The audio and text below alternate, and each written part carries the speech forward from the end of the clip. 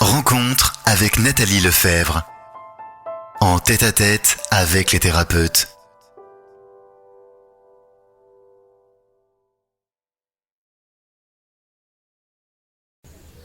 Bonjour très chers auditeurs, toujours en direct du sommet de la santé globale à La Saline-les-Bains sur l'île de la Réunion.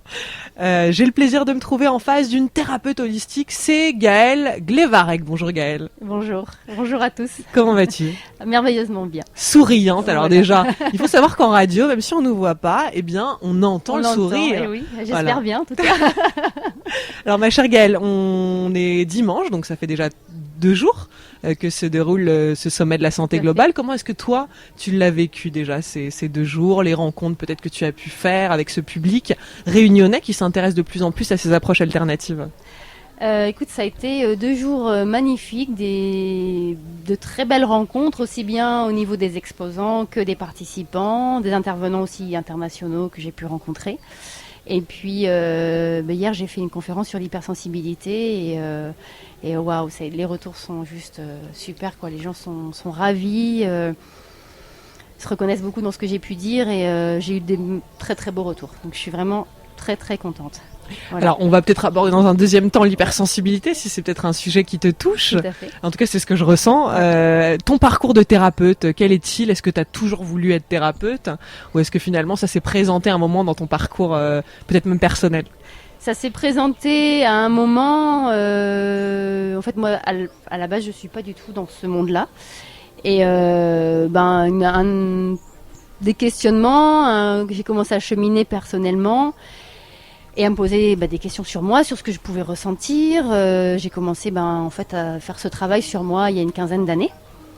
Après j'ai commencé à me former, j'ai commencé par le shiatsu, j'ai fait du massage thaïlandais, de la réflexologie plantaire, et puis des formations, les fleurs de bac, voilà. Et puis j'ai continué des ateliers en développement personnel.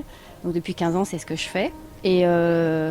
Et puis après j'ai pu enfin mettre un mot sur ce que je vivais à l'intérieur, comprendre comment je fonctionnais par le côté atypique et hypersensible. Et ça a tellement été une révélation pour moi que je me suis dit mais il faut absolument que j'en parle, il faut absolument que j'accompagne les gens là-dedans parce que il y a trop de souffrance quoi, il y a trop de personnes qui se sentent en décalage et donc ça fait j'avais créé une première structure il y a quelques années déjà, plutôt dans les massages. Et là, ça fait 1 an maintenant que j'ai créé mon activité, officiellement, on va dire, et que j'accompagne donc les personnes atypiques et hypersensibles au coaching de vie. En fait, comme je suis thérapeute holistique, j'accompagne les personnes dans la globalité, dans une approche globale de l'individu. Donc, je travaille sur 3 axes, donc le corps avec la réflexologie plantaire. Au niveau de l'esprit, c'est plus sous forme de coaching de vie, d'accompagnement individuel. J'ai un objectif de vie à mettre en place, j'ai un obstacle à dépasser, comment je fais, donc c'est un accompagnement là-dedans. Et puis après, au niveau de l'esprit, donc je mets en place des ateliers de développement personnel, des ateliers d'ancrage et méditation, des marches méditatives. Et puis là c'est tout nouveau, mais je vais mettre en place, je propose un voyage initiatique au Sri Lanka en juillet 2016, donc l'année prochaine. Bien sûr avec un public d'hypersensibles et voilà. Alors, est-ce que toi, tu es une hypersensible? Ah oui, moi je suis une grande hypersensible, oui. Qu'est-ce que c'est finalement l'hypersensibilité, si tu voulais nous le décrire en quelques mots? Alors l'hypersensibilité, c'est quand on n'a pas de filtre en fait. On n'a pas de filtre avec l'extérieur, donc on va tout ressentir. Aussi bien au niveau des sens, donc du bruit, de l'odorat, de la vue, même du toucher. Au niveau émotionnel aussi, donc on a nos émotions à nous qui sont très très fortes et on capte aussi l'émotion des autres, l'énergie d'un lieu, l'énergie d'une personne. Il y a associé à ça l'hyper-anxiété, l'hyper-émotivité, donc on va facilement pleurer ou rire très facilement, parce qu'on a souvent une vision très, on va dire, négative de l'hypersensibilité où on voit des gens qui ont... La caricature, c'est quelqu'un qui va pleurer facilement, qui va se mettre en colère ou ce genre de choses. Mais il y a aussi l'autre côté où on va expérimenter de grandes joies, de grands moments de bonheur, de béatitude même, parce qu'on est tellement dans le plus tout le temps qu'on va être le plus dans les périodes où on est un peu dans le bas, mais aussi le plus on est on est au top, quoi. Donc dans la joie, dans le bonheur, ces moments d'extase et ce que j'appelle ces petits moments magiques où on a l'impression qu'on ne sait pas ce qui se passe, mais il y a quelque chose qui a changé. La lumière, ce qu'on perçoit, on est comme si tout s'ouvrait vers l'extérieur. Et là, c'est vraiment les petits moments magiques qu'on peut expérimenter. Parce que c'est vrai que le mot sensible, quand on dit aux gens vous êtes sensible, ça a une connotation légèrement péjorative, où finalement on le voit un petit peu comme une incapacité à prendre du recul sur l'extérieur. Au contraire, vivre la vie et la prendre de plein fouet, en quelque sorte, c'est ce que vivent les hypersensibles. Ouais. Ça peut être, et comme tu nous le décris, quelque chose de merveilleux et magnifique. Tout à fait. Et autant dans même cette empathie profonde, parce que finalement, est-ce que c'est ça aussi, c'est que quand tu te connectes avec les gens, quand tu te mets à discuter, c'est malgré toi, mais tu ressens finalement ce qui se passe dans le lien, chez l'autre. On ressent tout. Effectivement, il y a aussi l'hyper-empathie qui fait partie de l'hypersensibilité. Et il faut en fait reconnaître déjà cette hypersensibilité et ce que j'appelle apprendre à l'apprivoiser et à en faire une force. Parce que dans ce qu'on dégage, en fait, c'est ça. On m'a posé la question, mais comment pour toi, en quoi l'hypersensibilité pour toi est une force? Comment tu la vois comme une force? J'ai cherché un peu mes mots au début, et puis finalement, c'est dans la vibration, dans ce qu'on dégage, dans ce qu'on va rayonner, en fait. Oui, ça va être une force parce qu'on va être dans une forte intuition, de l'empathie, des émotions très fortes à l'intérieur, mais aussi bien dans le positif. Mais c'est aussi ce qu'on va rayonner dans l'environnement. On a cette capacité, malgré nous, un petit peu de... Ça diffuse, quoi. Ça va vers l'extérieur. Et oui, c'est ça notre grande force, je pense. Ouais. Et puis finalement, ça peut devenir, en tout cas dans l'esprit des gens, une immense qualité que de pouvoir se connecter aux autres. Alors évidemment, pour quelqu'un qui travaille dans la relation thérapeutique, le lien avec les autres, c'est un atout énorme en Tout fait. À fait. De pouvoir ressentir. Je pense que peut-être tu me diras si je me trompe, mais pour être un bon hypersensible, il faut aussi peut-être s'obéir. Il y a des gens où on va peut-être moins sentir que le lien est agréable ou il est bon pour nous. Donc il y a vraiment cette notion de je m'obéis et j'obéis à ce que je ressens. Tu nous parlais d'une très forte intuition. Oui. Un hypersensible doit finalement s'écouter. Ah, mais ça fait partie de la base, en fait. Ça fait partie de la base parce que si on s'écoute pas, si déjà on n'écoute pas cette intuition, ce guide intérieur, et que on n'apprend pas non plus à poser ses limites, on est tellement gentil, empathique, qu'on peut vite se laisser envahir. Alors, pas forcément de manière consciente pour l'autre personne, mais aussi bien au niveau énergétique, émotionnel, même dans l'espace, où quelqu'un va venir nous parler très très proche. Si on n'apprend pas à poser ces limites-là, ça peut devenir vite envahissant pour nous, et là on est dans l'hypersensibilité qui est subie. Donc oui, effectivement, il faut que l'hypersensible apprenne à s'écouter. Je pense que c'est vraiment son plus gros travail à faire. Voilà.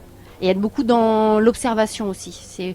Quand j'accompagne les gens, c'est ce que j'essaie de transmettre en premier, c'est comment prendre cette place d'observateur. Qu'est-ce que je ressens? Comment, aussi bien au niveau extérieur que intérieur, qu'est-ce que je ressens à l'intérieur de moi? Comment j'observe ce qui se passe au niveau de mes pensées, au niveau de mon ressenti corporel, au niveau de mes émotions, pour pouvoir identifier des déclencheurs, pour pouvoir réajuster une situation ou partir d'un lieu s'il y a besoin, ou interrompre une conversation qui est trop chamboulante pour nous, et également au niveau de l'extérieur, comment les gens vont réagir quand on se positionne de telle ou telle manière, et pouvoir ajuster. Donc ça nous demande un grand sens de l'observation, intérieure comme extérieure. Donc le sens de l'observation, l'écoute à soi. Est-ce que tu as d'autres conseils pour les hypersensibles peut-être qui nous écoutent, qui sont nombreux, parce que souvent quand on se tourne vers le développement personnel, c'est qu'on ressent le monde d'une manière un peu différente aussi. Tout à fait. Qu'est-ce qu'il y a d'autre? Alors moi, ce qui m'aide beaucoup dans mon quotidien, c'est bien sûr d'avoir des moments pour me ressourcer. À toi. Donc des moments à moi. Donc avant c'était subi, donc je vivais ça comme de l'isolement, alors que maintenant c'est plutôt de la solitude appréciée, choisie, et finalement nécessaire et vitale, parce que c'est comme ça que je me ressource, c'est comme ça aussi que je suis à l'écoute de moi-même et de mon intériorité. Et j'ai mis en place dans mon quotidien ce que j'appelle les petits rituels, mon rituel du matin et mon rituel du soir. qui me permettent déjà de préparer ma journée le matin, aussi bien de détendre mon corps, de me remettre dans mon corps. Ça consiste en quoi? Des respirations? Ça va être des exercices, des mouvements de yoga, par exemple, au réveil, pour me réveiller dans une bonne énergie. Après, j'ai un moment de méditation. Après, je fais mes visualisations, je visualise ma journée, je fais mes demandes, et je termine par un moment de gratitude parce que c'est ce qui me met dans une bonne vibration. Ça me permet aussi de me couper de l'énergie de la nuit où des fois j'étais un peu trop happée par cette ambiance de la nuit, par mes rêves, par mes cauchemars peut-être, et je restais sur cette tonalité toute la journée et c'était compliqué. Donc ça me permet de couper en fait avec cette énergie de la nuit et de partir sur sur une bonne intention, sur quelque chose de positif et une bonne énergie pour la journée. Et puis le soir, c'est pareil, faire un point sur ma journée, axer sur le positif. Qu'est-ce que j'ai appris aujourd'hui? Quelles ont été les belles rencontres, les beaux moments, un moment un peu magique dans la journée, ou un petit papillon, ou je sais pas, quelque chose qui m'a touché dans la journée. Et puis un petit moment de méditation encore, et pour préparer ma nuit, pour terminer ma journée et préparer ma nuit. Donc c'est comme ça que je m'accompagne en tout cas dans la journée. Voilà. D'accord. Et t'arrives à finalement tenir ça dans le quotidien, oui. et avec Oui, rigueur. parce que les jours où je le fais pas, parce que je suis prise par le temps, parce que je me dis c'est pas grave, je le fais pas, ça commence à clocher dans la journée. Je me dis il y a un truc qui, oui, c'est normal que c'est un truc qui aille pas parce que j'ai pas fait ce qui me permet de rester en équilibre en fait, et de me faire du bien. Voilà, c'est comment prendre soin de soi en fait. Et comment, lorsqu'on est dans des périodes plus chaotiques, revenir vers ça? Parce que c'est souvent, quand on est bien, c'est assez facile de se faire du bien, mais quand on va pas bien, là, on a plus tendance à aller vers des excès et pas forcément être dans ce retour à soi. Alors déjà le fait de pratiquer quotidiennement, et même quand ça va, ça permet de l'inscrire en fait au niveau corporel, au niveau de l'esprit. Et quand il y a des moments qui sont un petit peu plus difficiles, des moments de tempête, des moments de crise, le corps a déjà enregistré ça. Donc que ce soit aussi bien dans les respirations par exemple, oui, la respiration aide beaucoup, la respiration abdominale pour aller désamorcer des émotions, parce qu'on travaille sur le plexus solaire, le diaphragme aussi. Si je fais que en période de crise, ça va être compliqué parce que je vais pas y penser, parce que je sais pas forcément comment faire. Donc s'accorder des moments tous les jours, au début c'est une astreinte, mais ça devient ce que j'appelle les nouveaux réflexes en fait. Et finalement de pouvoir permettre au corps de l'enregistrer, et quand on en a besoin, ça se met en place tout seul, ça se claque, ça se déroule. Donc oui, il y a la respiration, il y a aussi des visualisations. Pour ceux à qui ça parle, ça va être des visualisations d'une bulle de lumière par exemple, quelque chose qui va nous protéger. Des moments aussi dans la nature, aller se ressourcer dans la nature, c'est ce qui nous fait vraiment beaucoup de bien. Donc période de crise, finalement, échappez-vous. Au lieu d'aller manger, je sais pas, dans un restaurant, je vais plutôt choisir de manger dans un parc le midi, ou à La Réunion on a la chance de pouvoir aller à la plage. Ou de finir comme un pilier de comptoir au bar du coin. Voilà, non, ça c'est pas la bonne option. Enfin, c'est pas une option, mais bon, c'est pas la mienne en tout cas. La nature permet aux hypersensibles, comme aux gens en général, mais encore plus pour nous, de se reconnecter vraiment à l'important aussi finalement.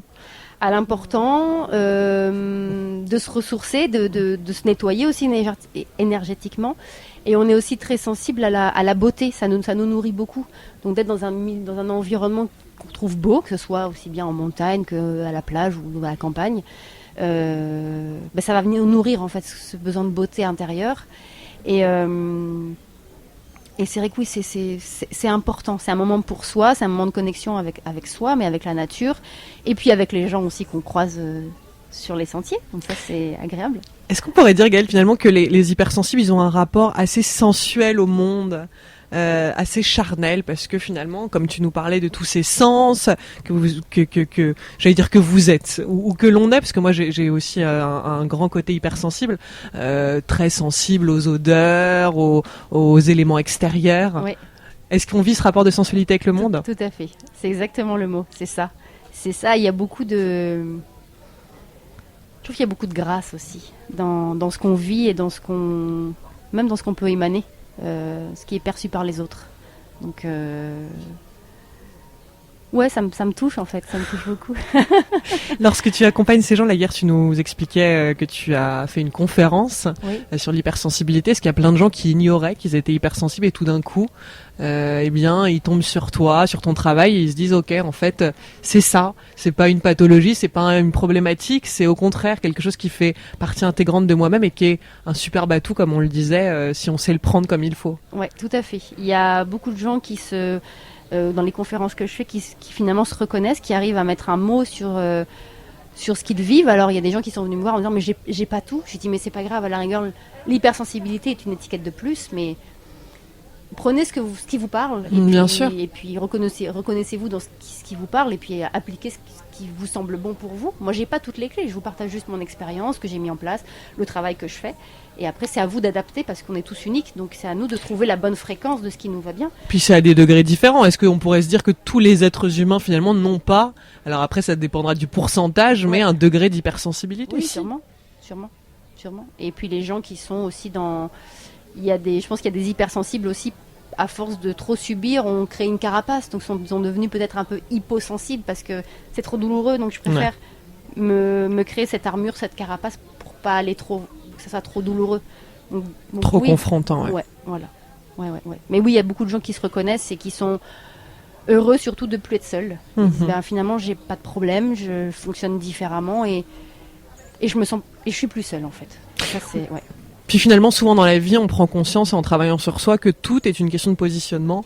Et là, c'est l'idée de voir ça aussi comme une immense qualité, et plus comme un défaut, quelque chose qui, crée un lien assez exacerbé avec le monde extérieur. Au contraire, c'est plutôt magnifique et comme on le disait, d'être un petit peu percuté par la vie, de la sentir de plein fouet vibrer en nous. Et voilà, c'est plutôt une très belle qualité. Ah mais tout à fait, parce que c'est ce que je dis souvent, c'est grâce à ça que je me sens aussi vivante dans ce que je peux faire dans mon quotidien et pour rien au monde j'enlèverais ça aujourd'hui quoi. Voilà. Bon, ma chère Gaëlle, superbe mot de conclusion. Donc, on peut te retrouver sur un site internet. Donc, c'est www.gaelleglevarec.com. Donc, j'afficherai l'adresse du site sur la plateforme et par mail. Donc, gaelleglevarec@gmail.com si les Réunionnais souhaitent te contacter. Exactement. Et même les autres parce que je fais des consultations par Skype aussi. Voilà. Donc, eh bien, voilà. Au monde entier alors. Merci, ma chère Gaëlle, d'avoir répondu à mes questions. Merci à vous tous. À bientôt. Belle journée.